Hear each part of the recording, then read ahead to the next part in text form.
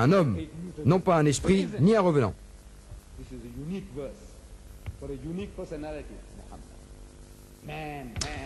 Mais il nous dit c'est un esprit. Mohammed est un esprit. Je dis oui, c'est ce que la Bible dit. Voyez-vous, le mot esprit dans la Bible, je m'adresse aux chrétiens, ne désigne pas systématiquement le Saint-Esprit. Car dans le livre de la Révélation, le dernier livre de la Bible, on nous dit que 7 esprits de Dieu sont partis dans le monde. Je dis, croyez-vous en 7 Saint-Esprits? Il dit non, il n'y a qu'un seul Saint-Esprit. Je dis, on parle de cet esprit, il doit donc y avoir 7 Saint-Esprits. Non, l'Esprit ne désigne pas à chaque fois le Saint-Esprit. Alors, dans Saint Jean, dans la première lettre de Jean, chapitre 5, verset 4, il est dit, bien-aimés, ne croyez pas tout esprit, mais éprouvez l'esprit pour voir s'il provient de Dieu, car beaucoup de faux prophètes sont sortis dans le monde. Donc un faux prophète est un faux esprit, et un prophète authentique est un esprit authentique. Saint Jean emploie le mot esprit pour prophète. Ne croyez pas tout esprit, n'ayez pas foi en tout prophète. L'esprit, dit-il, qui confesse que Jésus est le Christ, est un esprit envoyé par Dieu. Cela veut dire le prophète qui reconnaît que Jésus-Christ est le Christ, qu'il est le Messie, le Messiah, est un prophète envoyé par Dieu.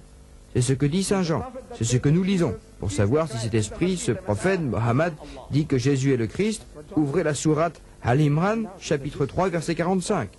Elle dit, et lorsque les anges dirent ô Marie, Dieu t'annonce la bonne nouvelle de la prochaine venue d'une parole de lui. Son nom est le Messie, traduit par Christ. Mohammed a-t-il dit que c'est le Christ? Oui, c'est ce que croient tous musulmans. Sur le témoignage du prophète Mohammed, 1 milliard de musulmans dans le monde croient que Jésus est le Christ. Il a dit l'esprit qui confesse, le prophète qui dit que Jésus est le Christ, celui-là est envoyé par Dieu. Pourquoi n'appliquez-vous pas cela à Mohammed? Dans l'évangile selon Jean, il est dit, ce qui est né de la chair est chair, ce qui est né de l'esprit est esprit. Les esprits engendrent-ils? Cohabitent-ils? Il dit non. Alors, peut-il naître d'un esprit? Non. Cela veut dire que celui qui a des tendances spirituelles est d'essence spirituelle. Celui qui a des tendances matérielles est chair.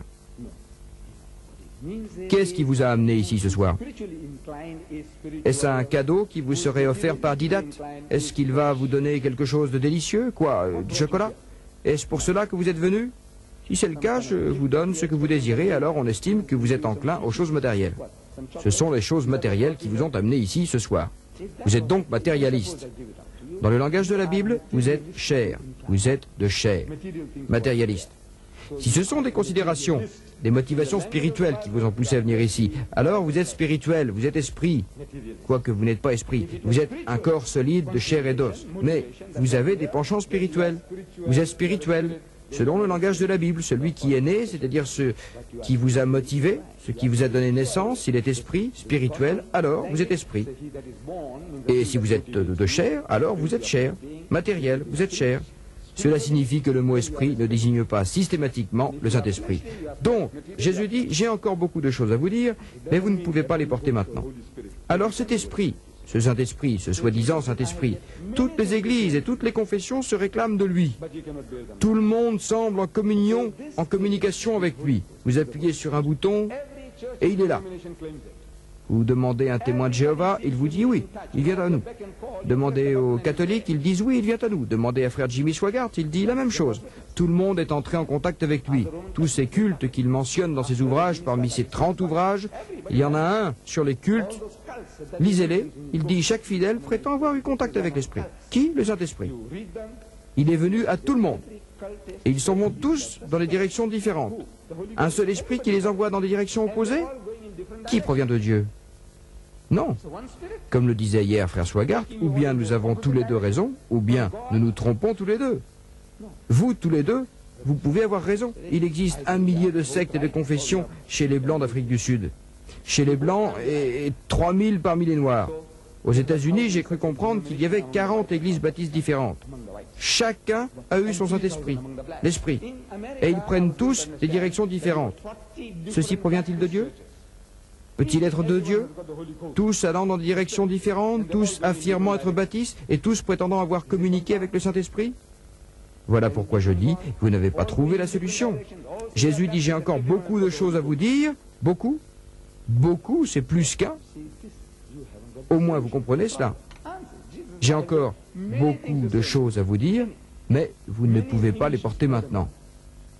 Mais quand arrivera celui-là, l'Esprit de vérité, il vous guidera dans toute la vérité.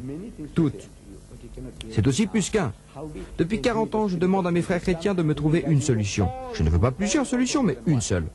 Celle que le Saint-Esprit vous a donnée. En 2000 ans. Une seule.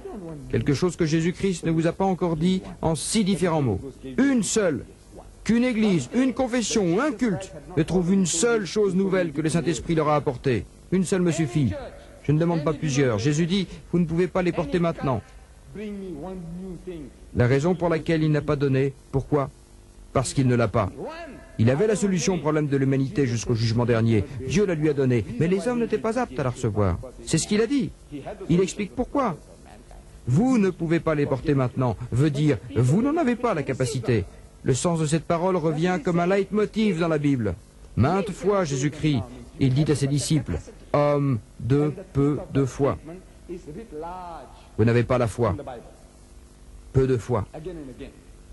Homme de peu de foi. Homme de peu de foi. Il le dit maintes et maintes fois. Il leur explique, « Dites notre vérité », comme s'il s'adressait à des enfants. Et ils ne comprenaient pas de quoi il parlait.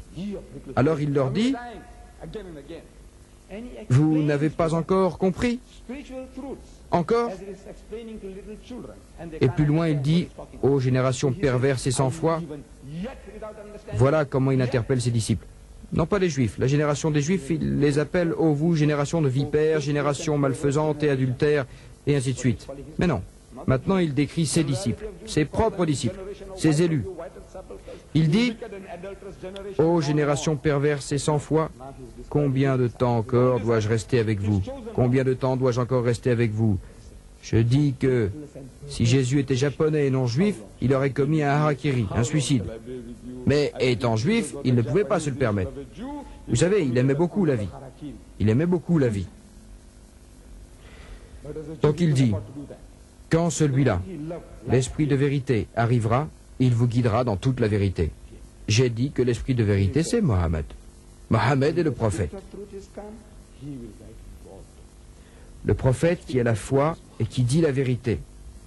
Prophète qui a la foi, qui dit la vérité. Il est le prophète de la vérité. L'esprit de vérité est le prophète de la vérité. Mohammed, et il a guidé l'humanité dans toute la vérité. Tous vos problèmes, amenez-les, amenez-les. Frère Swagard, vous savez, oh, il a écrit des livres magnifiques. L'homosexualité, Sodome et Gomorre, la pornographie, l'alcool, des livres magnifiques. Je vous les recommande. Pas tous, mais ceux-là en particulier. Je vous les recommande. Lisez-les, vraiment. Mais ils n'apportent pas de solution. Voyez-vous, l'alcool. J'ai abordé ce sujet la nuit dernière, soit dit en passant. Il dit dans son livre, Alcool, il dit qu'il y a 11 millions d'ivrognes en Amérique. 11 millions d'ivrognes. Il dit, ce sont ses propres termes. Dans mon pays, on ne les appelle pas ivrognes, surtout les blancs. Vous ne pouvez pas les appeler ivrognes. Ils vous donnent un coup de poing sur la figure. Il faut les appeler alcooliques. Vous savez, ce sont des malades. Alors quand vous dites ivrogne, c'est très très choquant, très fort. Ce n'est pas un ivrogne. Mais quand vous dites alcoolique, l'alcoolique c'est quelqu'un de malade. Vous savez, il a besoin d'un traitement. 11 millions. C'est frère Swagard qui le dit. Ivrogne en Amérique. Et 44 millions de grands buveurs. Et il me dit, il n'y a pas de différence entre les deux. Pour moi c'est pareil.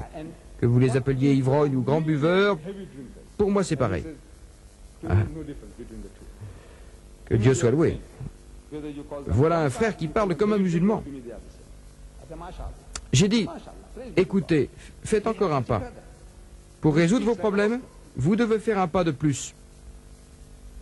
J'ai dit, ajoutez les buveurs ordinaires à votre liste, parce que le prophète Mohammed n'a pas fait de distinction entre ces trois catégories.